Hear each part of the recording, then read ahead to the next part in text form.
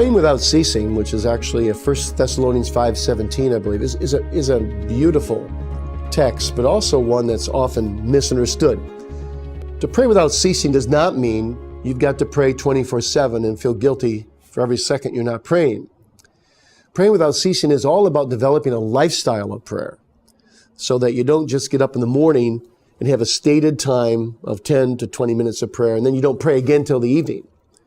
But it's praying your way through the day as you move along in the day. And a lot of those prayers will be what the old forefathers called spontaneous prayers that just go up in little darts and phrases up to God. Lord, help me with this next task I have to do. Lord, keep me from sin now. Lord, help me avoid temptation here in this situation. So when we're not backsliding as Christians, when we're living close to God, then this kind of prayer life is spontaneous.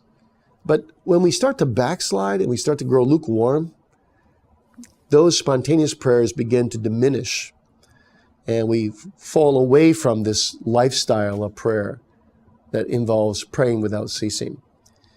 Now, interestingly, in the 19th century, there was a group of men headed up by John Newton that would meet once a month for theological discussions. And they address one theological question every month. And this was one of their questions for 1 month's discussion, namely, what does it mean to pray without ceasing?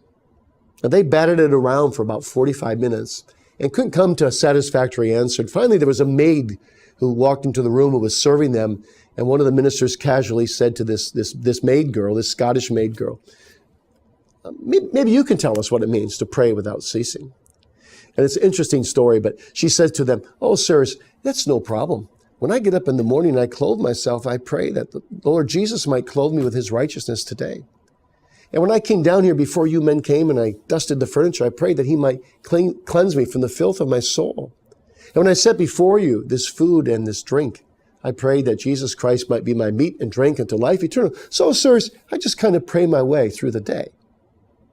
I think that's what it means to pray without ceasing.